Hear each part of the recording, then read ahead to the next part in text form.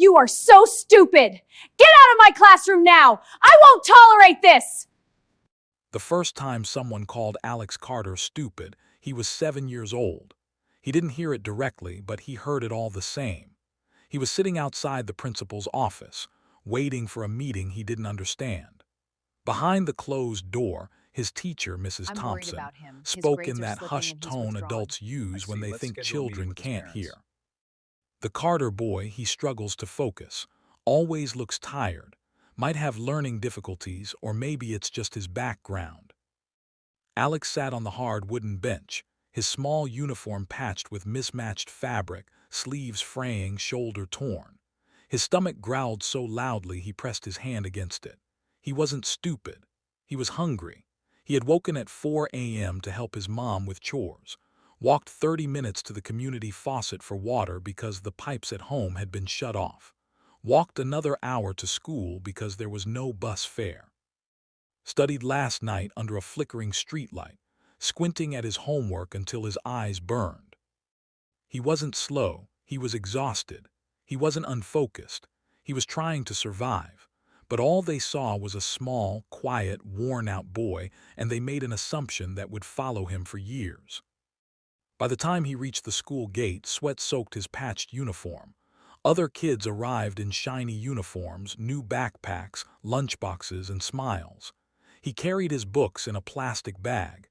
He had no lunch, no breakfast, just determination that weighed more than the books in his hands.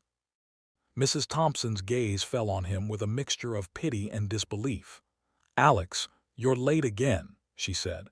"How do you expect to succeed if you can't even arrive on time?" He wanted to tell her, "I walked an hour, studied under a streetlight last night, skipped breakfast to help my mom, carried 20 pounds of water this morning," but he said nothing. "Yes, ma'am. Sorry, ma'am." In the classroom, whispers circled him like vultures. "Look at him, doesn't even have a lunch. Why is he always dirty?" Alex focused on the math problems before him. Fractions, the thing he had practiced under a streetlight with moths buzzing around him. Others struggled. He finished quickly. Mrs. Thompson came over, frowning. "Did you copy from someone?" "No, ma'am, I studied." "Where? You don't even have electricity at home, do you?" "Under the streetlight," he said quietly. The classroom went silent. Some laughed, some stared. The teacher shook her head, skeptical, and walked away. At lunch, Alex went to the library.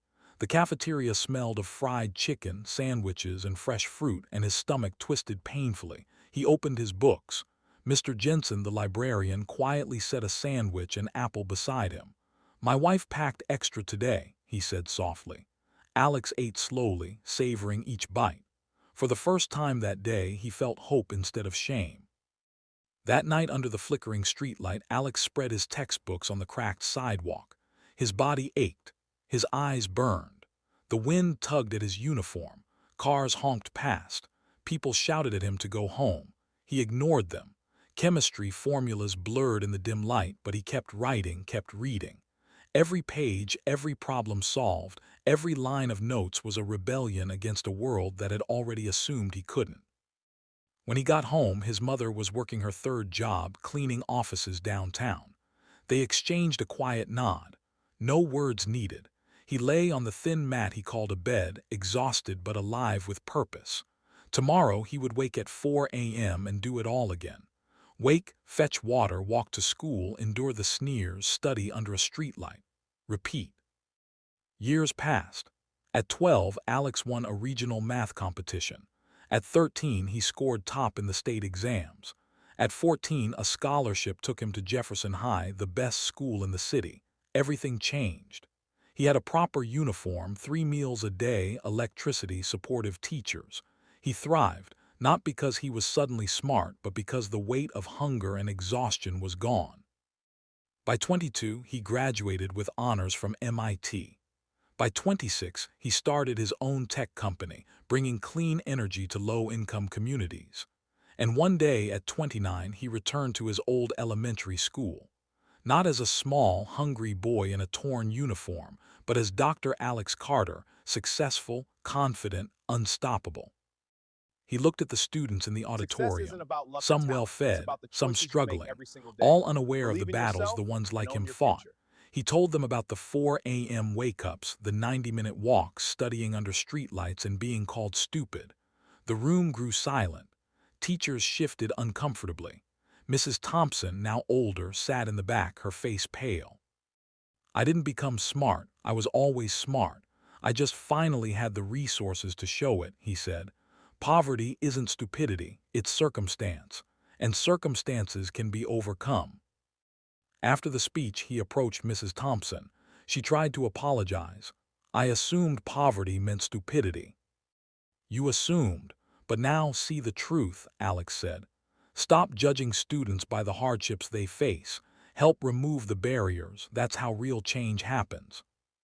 That night he walked the streets of his old neighborhood. The flickering streetlight still burned weakly. A young boy sat beneath it, books spread out, trying to survive, trying to learn. Alex handed him a solar lamp and a card. One day, call me. We'll help you get to university. The boy's eyes widened. You're Dr. Carter. I am, and you're not stupid. You're brilliant. Poverty doesn't define you. Circumstance doesn't define you. Your courage does. The boy smiled through tears. Alex walked away, leaving the lamp glowing, the books open, and the street silent except for the faint hum of electricity finally reaching a child determined to rise. Poverty is not stupidity. Exhaustion is not laziness. Hunger is not lack of motivation. A torn uniform is not evidence of a broken mind. If you have ever been judged for your circumstances instead of your abilities, hear this. You are not stupid. You are brilliant under pressure the world cannot understand. And when you finally get the resources you deserve, the world will see what you always knew. Poverty was never stupidity. It was just circumstance. And circumstances can be overcome. Keep walking, keep studying, keep pushing. One day you will return, not as the kid they pitied but as the success they never imagined. And they will finally understand you were never stupid. You were just poor, and that is not the same thing.